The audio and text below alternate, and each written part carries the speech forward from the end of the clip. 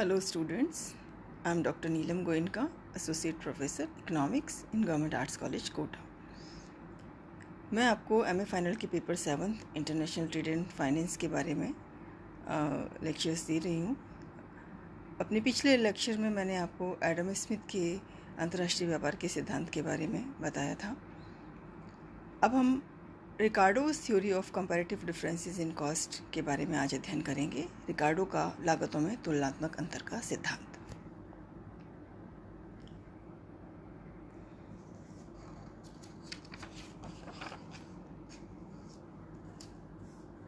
लागतों में तुलनात्मक अंतर का सिद्धांत सर्वप्रथम प्रतिष्ठित अर्थशास्त्री डेविड रिकार्डो द्वारा प्रतिपादित किया गया था। रिकार्डो की बुक जो 1817 में आई थी, जिसका टाइटल था principles of political economy and taxation, इसके अंतर्गत उन्होंने अपना ये सिद्धांत प्रतिपादित किया था। इस सिद्धांत को बाद में J.S. मिल, केर्नेस तथा वेस्टेबल द्वारा विकसित और परिष्कृत भी किया गया। इस सिद्धांत के आधुनिक प्रतिपादक हैं अमेरिकी अर्थशास्त्री F.W. टॉसिन तथा जर्मन अर्थशास्त्री गॉटफ्रीड वॉन हैबरलर। इन्होंने इस रिकार्डो के सिद्धांत पर अपने सुधार प्रस्तुत किए थे और इसको एक रिफाइंड फॉर्म में प्रस्तुत किया था। रिकार्डो की थ्योरी का स्पष्टीकरण हम देखें तो क्या है। रिकार्डो के अनुसार यदि किसी देश को अन्य देश की तुलना में दोनों ही वस्तुओं के उत्पादन में निरपेक्ष हानि है, तब भी दोनों देशों के मध्य परस्पर लाभदायक व्यापार संभव है। कम कुशल देश को उस वस्तु के उत्पादन तथा निर्यात में विशिष्टीकरण करना चाहिए जिसमें उसको निरपेक्ष हानि कम हो, क्योंकि यह वह वस्तु है जिसमें उस देश को तुलनात्मक लाभ प्राप्त है। दूसरी ओर इस देश को उस वस्तु का आयात करना चाहिए जिसमें उसको निरपेक्ष हानि ज़्यादा है, क्योंकि उसके उत्पादन में उससे तुलनात्मक हानि है। यही लॉ ऑफ कंपैरेटिव एडवांटेजेस कहलाता है, तुलनात्मक लाभ का नियम, जो कि अर्थशास्त्र का सर्वाधिक प्रसिद्ध व अनचैलेंज्ड लॉ है। रिकार्डियन थ्योरी में कुछ एजम्पशंस ली गई हैं। जनरली सारी थ्योरीज किन्हीं मान्यताओं पर आधारित होती है। इसी प्रकार से रिकार्डियन थ्योरी भी कुछ मान्यताओं पर आधारित है। ये मान्यताएं निम्नानुसार हैं। नंबर 1, श्रम ही उत्पादन का एकमात्र साधन है तथा उत्पादन लागत का तात्पर्य है केवल श्रम लागत, जो कि श्रम की इकाइयों के रूप में व्यक्त की जाती है। नंबर 2, उत्पादन प्रक्रियाओं में प्रयोग किए जाने वाले श्रम की सभी इकाइयां समरूप होती हैं, एक समान होती हैं।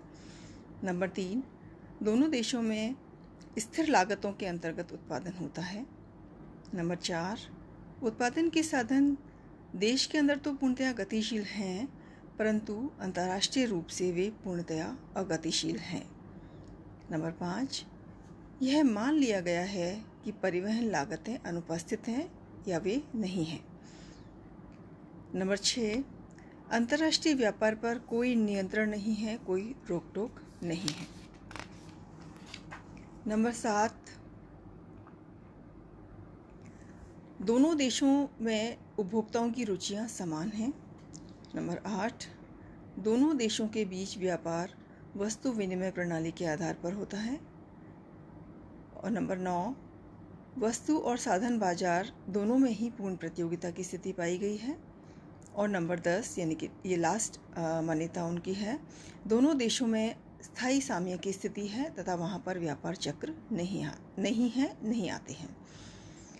रिकार्डो के सिद्धांत को हम एक एग्जाम्पल की सहायता से समझ सकते हैं। रिकार्डो ने एक मॉडल दिया है अपने सिद्धांत को स्पष्ट करने के लिए, जिसमें उन्होंने 2 देश लिए हैं और 2 वस्तुएं लिए हैं। 2 देश हैं इंग्लैंड तथा पुर्तगाल और 2 वस्तुएं हैं शराब तथा कपड़ा। दोनों ही देश दोनों ही वस्तुओं का उत्पादन कर रहे हैं और उनकी per unit labour cost of production जो है वो निम्न टेबल में दर्शाई गई है। हम इस टेबल को समझें। इसमें लेबर कॉस्ट इन आवर्स दी हुई है, घंटों के रूप में। दोनों देश पुर्तगाल और इंग्लैंड की शराब और कपड़े के उत्पादन में लागतें निम्न प्रकार हैं। पुर्तगाल की शराब के उत्पादन में शराब की 1 इकाई के उत्पादन में उसे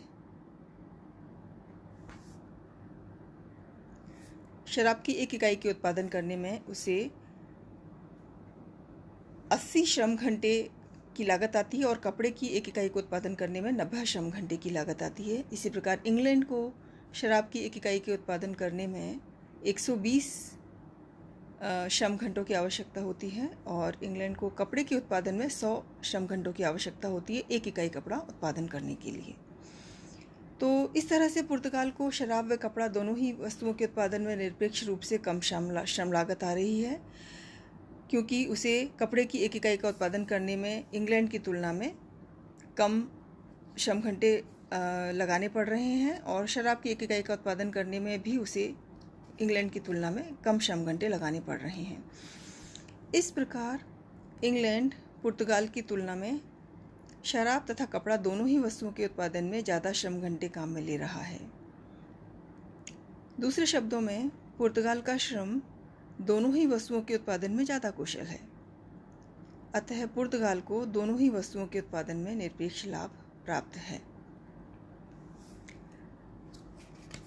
इसके साथ साथ टेबल से यह भी पता चल रहा है कि पुर्तगाल को शराब की तुलना में कपड़े के उत्पादन में तुलनात्मक लाभ ज़्यादा है। ये हमें अंतर्राष्ट्रीय व्यापार की शर्तों के माध्यम से पता चलता है।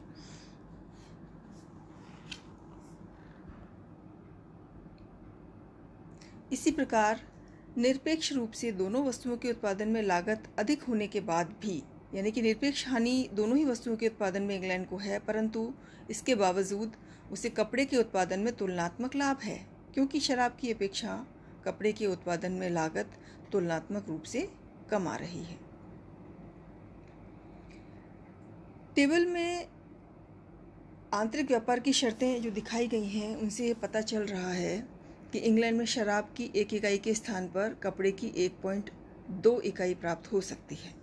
यानी कि इंग्लैंड में अगर शराब का उत्पादन न करके कपड़े का ही उत्पादन किया जाए, दो इकाइयाँ अगर कपड़े की उत्पादित की जाए शराब के स्थान पर, तो शराब की 1 इकाई को कपड़े की 1.2 इकाई से रिप्लेस किया जा सकता है, जबकि पुर्तगाल में शराब की 1 इकाई कपड़े की 0.89 इकाई के समान लागत आती है। अतः दोनों के लिए व्यापार इस स्थिति में लाभदायक रहेगा। दोनों देशों की तुलनात्मक लाभ की स्थिति को उत्पादन संभावना वक्र की सहायता से समझा जा सकता है। रेखा चित्र में दोनों देशों के उत्पादन संभावना वक्र को दर्शाया गया है। यहाँ पर OX अक्ष पर शराब को लिया गया है और OY अक्ष पर कपड़े का उत्पादन लिया गया है। PL जो है वो पुर्तगाल का उत्पादन संभावना वक्र है और EG जो है वो इंग्लैंड का उत्पादन संभावना वक्र है।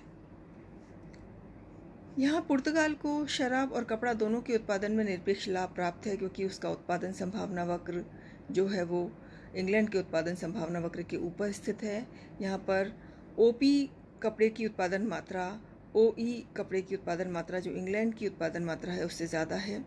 उसी प्रकार से OL जो पुर्तगाल में शराब के उत्पादन की मात्रा है वो OG शराब की मात्रा जो कि इंग्लैंड में उत्पादित हो रही है उससे ज़्यादा है। तो OL is greater than OG, इसी तरह से OP is greater than OE। और ER के स्लोप से पता चल रहा है कि पुर्तगाल को शराब के उत्पादन में ज़्यादा तुलनात्मक लाभ है। OR और OG, OR जो है वो OG की तुलना में ज़्यादा है। तथा इंग्लैंड को कपड़े के उत्पादन में कम तुलनात्मक हानि है या तुलनात्मक लाभ प्राप्त है। से दूसरे शब्दों में हम तुलनात्मक लाभ भी बोल सकते हैं। अतः पुर्तगाल OR शराब की मात्रा इंग्लैंड को निर्यात करके उससे OE मात्रा में कपड़े का आयात करेगा और दोनों ही देश लाभ की स्थिति में रहेंगे। अब यहाँ हम ये समझना चाहेंगे कि इन दोनों ही देशों को व्यापार से किस प्रकार से लाभ प्राप्त होंगे। Gains from trade. यदि दोनों देशों के बीच व्यापार होता है तो इंग्लैंड को लाभ होगा यदि वह कपड़े की 1.2 इकाई के से कम के बदले में पुर्तगाल से 1 इकाई शराब प्राप्त कर पाता है। यानी कि 1.2 इकाई से भी कम देना पड़े उसे पुर्तगाल को, और उसके बदले में वो 1 इकाई शराब अगर प्राप्त करने में समर्थ हो जाए, सफल हो जाए, तो ये व्यापार इंग्लैंड के लिए लाभदायक होगा। तथा पुर्तगाल को लाभ होगा यदि वह इंग्लैंड से 0.89 इकाई से अधिक कपड़ा प्राप्त कर पाए 1 इकाई शराब के बदले। यानी कि 0.89 इकाई से जितना भी ज़्यादा वो प्राप्त कर पाएगा 1 इकाई शराब के बदले, वह उसका व्यापार से लाभ कहलाएगा। इस प्रकार इंग्लैंड व पुर्तगाल क्रमशः कपड़े व शराब के उत्पादन में विशिष्टता जारी रखेंगे। इंग्लैंड कपड़े के उत्पादन में और पुर्तगाल शराब के उत्पादन में, और आपस में विनिमय करके अंतर्राष्ट्रीय व्यापार से लाभ कमाएंगे। विनिमय की वास्तविक दर अर्थात कपड़े व शराब के अंतर्राष्ट्रीय व्यापार में अनुपात 0.89 से लेकर 1.2 इकाई कपड़ा इन प्लेस ऑफ शराब की 1 इकाई के बदले। यानी कि अगर इंग्लैंड शराब की 1 इकाई के बदले में 1.2 इकाई से कम कपड़ा देने में समर्थ हो, और पुर्तगाल 0.89 इकाई से अधिक प्राप्त करने में समर्थ हो जाए, तो इन दोनों के बीच में कहीं 0.89 कपड़ा से लेकर 1.2 इकाई कपड़ा के बीच में कहीं भी निर्धारित हो सकती है, और ये निर्भर करेगा इन दोनों की बार्गेनिंग पावर पर, इन दोनों के बीच में सौदेबाजी की शक्ति कितनी है। इस प्रकार तुलनात्मक लाभ का सिद्धांत, लागत का सिद्धांत एडम स्मिथ के लागतों में निरपेक्ष अंतर के सिद्धांत की अपेक्षा अंतर्राष्ट्रीय व्यापार के विश्लेषण में अधिक व्यावहारिक व उपयोगी नज़र आता है, और इसको ज़्यादा मान्यता मिली है और ज़्यादा इसको पसंद किया गया है। यद्यपि बाद में इसके ऊपर काफ़ी रिफाइनमेंट्स भी आए, काफ़ी इसको इम्प्रूव भी किया गया, इसकी कमियों को दूर करने की कोशिश की गई, लेकिन फिर भी एक आधार के रूप में तुलनात्मक लागत का सिद्धांत जो है वो काफ़ी व्यावहारिक और लोकप्रिय और उपयोगी सिद्ध हुआ। इसके बावजूद इस सिद्धांत की काफ़ी आलोचनाएं भी की गई हैं, और मुख्यतः ये आलोचनाएं इसके मान्यताओं के ऊपर आधारित हैं। इसकी प्रमुख आलोचनाएं निम्न प्रकार से हैं। नंबर 1, श्रम उत्पादन का एकमात्र साधन नहीं है, और ये सभी जानते हैं, लेकिन किसी भी थ्योरी को बनाने के लिए कुछ मान्यताएं लेनी ही पड़ती हैं ताकि उस सिद्धांत को, इस थ्योरी को थोड़ा सा सरलीकरण किया जा सके और वो आसानी से समझ में आ पाए। नंबर 2, साधनों की गतिशीलता की मान्यता सही नहीं है। नंबर 3, स्वतंत्र व्यापार की मान्यता अवास्तविक है। नंबर 4, परिवहन व्यय की उपेक्षा की गई है। नंबर 5, स्थिर लागतों की मान्यता भी अवास्तविक है।